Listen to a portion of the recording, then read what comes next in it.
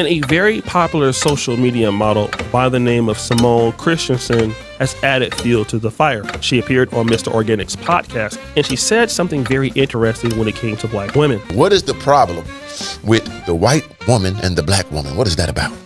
I mean, I love them. I don't know why they hate me so much. Yeah. They hate me. What do you think it is they hate? I think they think that I am trying to be look like them. Okay. That's not what they hate, bro. I can tell you exactly what the black shorties hate when it comes to this shorty, bro. It's you're taking away the members of the community. You're taking away the members of the community. You bring them onto your side, onto the white side, the side with brighter lights and clean force and cut grass, jumpa juice. You're bringing us over there, and you know what? It's not a problem because a lot of sisters are very brash, masculine. They don't listen. They're very argumentative. So the white shorties, they have the same sort of, I guess, physique and assets as the sisters. So why not go with a counterpart who actually listens to the things you're going to say and is submissive? This is all about submission, all right? The sisters don't want to submit to a strong black man. You got to be a quadruple alpha Chad mega superstar. We ain't got time for that. I just said, go ahead. I like it. Come on. I think that they think that I want to look like them and try to be like because of my body type and stuff like that. I have just genetically a different proportion than the average white girl. Can't fault me for that. And then I be putting in every single day at the gym. I'll be going crazy for my body goals. So as you can see, she says, well, she doesn't look like the stereotypical white woman. And this is true because she doesn't. I mean, at least she doesn't look like the historic white woman. Now, this lady is from Denmark, and I want to talk about when I was coming up. White women looked like more or less like Vanna White, the old host from Wheel of Fortune. She might have been attractive, but the booty and being thick, it really wasn't popularized. That wasn't something that black men looked at white women for. Not to say that black men and white women didn't date at that time, but white women didn't really have booty, and if they did, they were not really appreciated in their own community. So that was something that was not common. But today, almost every community likes booty, right? Black women popularized it, and then these other races of women have made it more famous. So the look has went from looking like Vanna White to what you're seeing right now in the present day, where a white IG model can have a black build and literally build her career, very similar to Kim Kardashian or even a mulatto model like Amber Rose. But the thing I was going to say about this was that, yeah, growing up in the 90s, there wasn't really, like, being bodacious was not really a thing.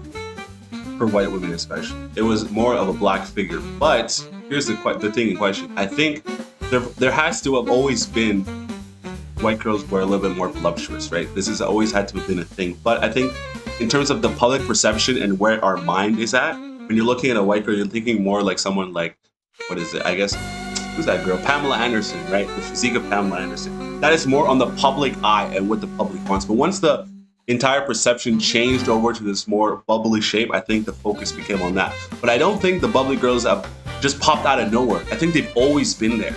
But I guess it's just our focus changed to let's focus on girls that look like this as opposed to girls look like Pamela Anderson. I think it's just a case of focus. We're not going to go to say that the white girls that were bubbly figures just sprouted out of nowhere. They weren't manufactured in a lab and then planted like some sort of industry plant. They've always been there. But the next part is this. I do feel like sometimes they be mad at me because A, I like black men. Yeah. So they think I'm overstepping.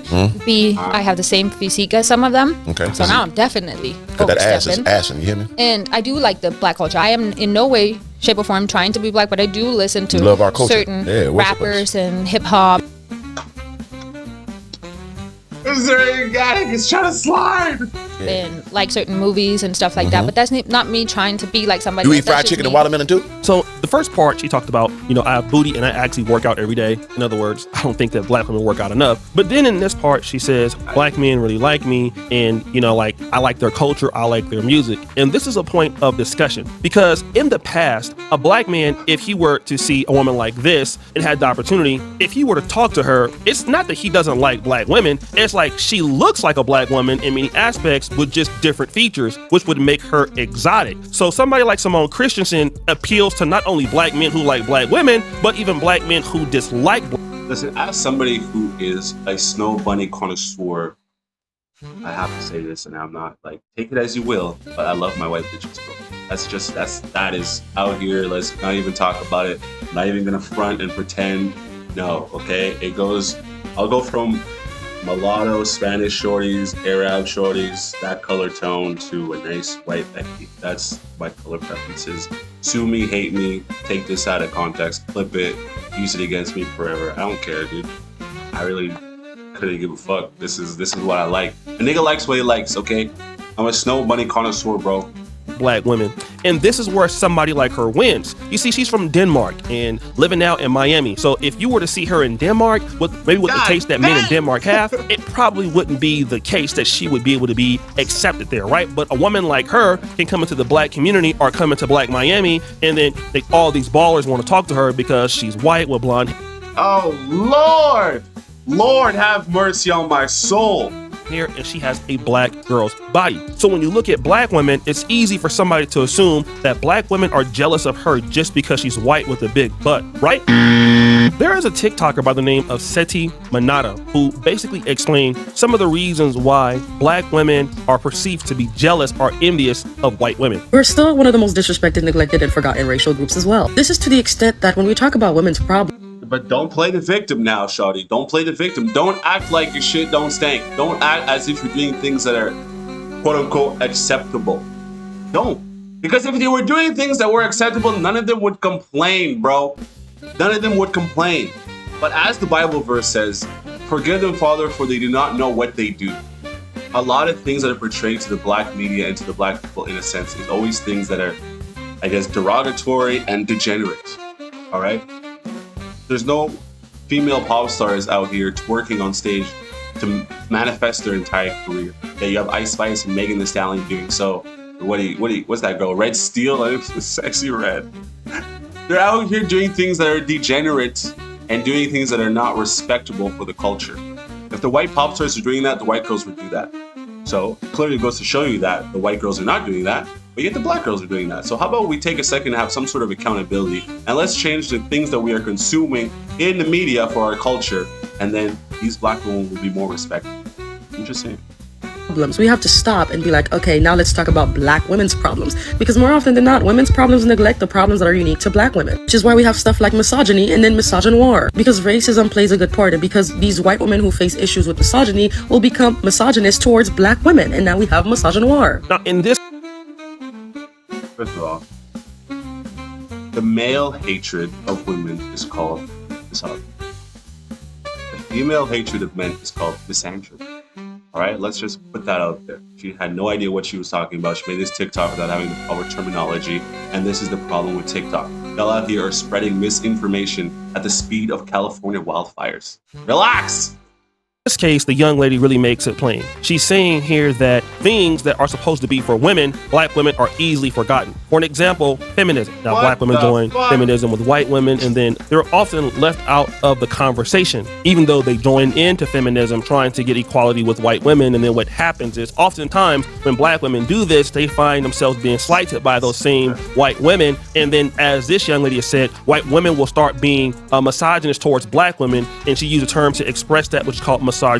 But then also, what else? And with that being said, I've seen black women in person who've talked about how they wish they were white. And God, not because white people are better, just because they're so tired of living under these social understandings of what it means to be a black woman. They're so tired of being strong. They're so tired of being misrepresented. Yeah, but you don't have to live in this idea of victimhood. You don't have to live in this idea of being a victim. Stop being the victim and start taking accountability for things that you can control. Of course, you can't control what somebody says to you, but you can control it or mediate it in a sense by how you comport yourself, how you behave, and how you move around in society. So as a culture, we need to stop playing the victim. You know what? There's a funny thing. Sometimes I forget I'm even black. I forget I'm black until somebody does something to me that reminds me that, oh yeah, I am of that complexion. Because I forget, because I don't walk around with these institutionalized ideas of quote-unquote racism or these ideas of, oh, I need to behave like this or I need to do that. No, I just walk around being me.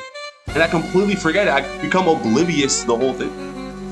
Just tired. They want peace. And so they're smiling in my face saying these words like, you know, white women have it easy, but there's a lot of weight and there's a lot of remorse and sorrow behind those words. So she says here something very interesting. She says that a lot of black women would want to be white for these different reasons, not because of the skin, but because of all of the hassle and all of the unfair treatment that black women may face in society in comparisons to white women. Now, black men could say some of the same things when it comes to black men and white men, but this point, to me, I believe is strongly valid. Now, why it may be the case that this particular young young lady is getting black men's attention, there is some tensions that are undergirded in racism and, unfair treatment with white women and black women that already kind of create the divide there. And it's just more than just, the fact that they're taking black men. But there is another element to this. And that is we do have black men who perceive that white women are better. In the case of this guy, he is going...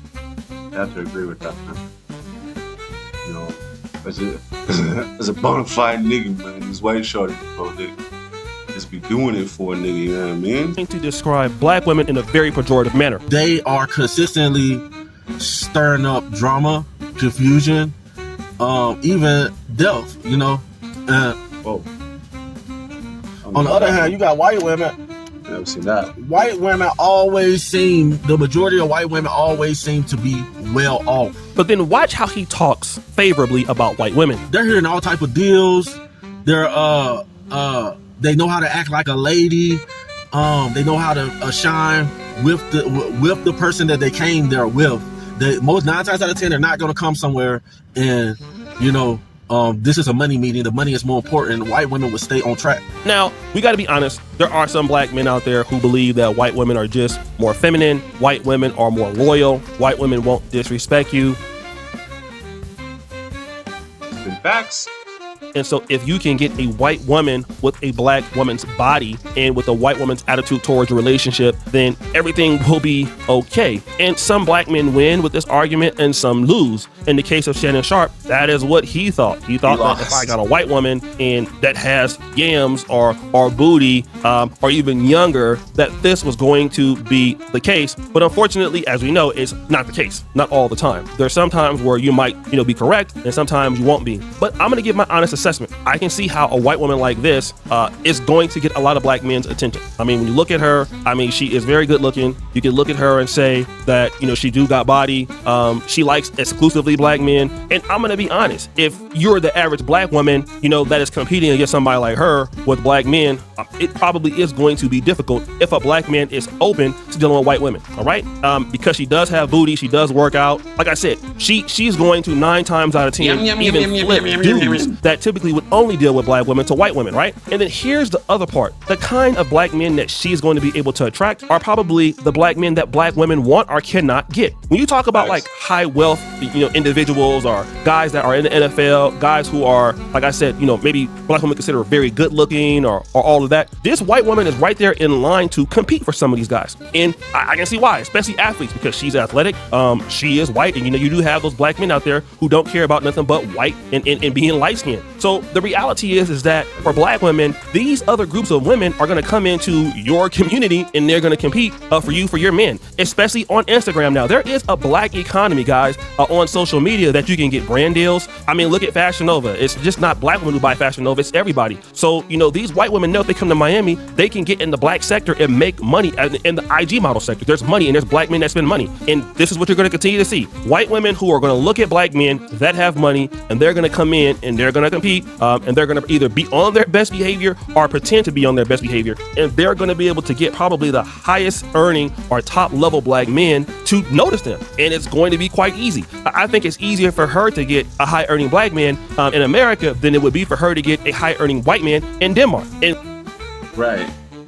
But there is also a point of contention here. The point of contention mainly comes from the idea that there is clearly a void and an opportunity that these white shorties are able to see and they're able to take advantage of.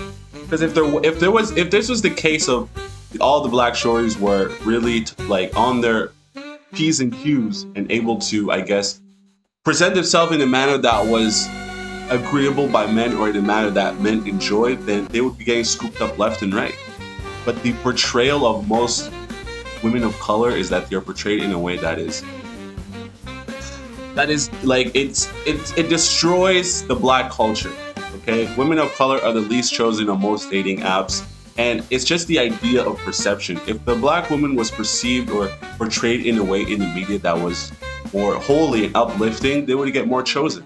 But you have to understand that most media is ran by whites, so they're going to portray their own people in a better light.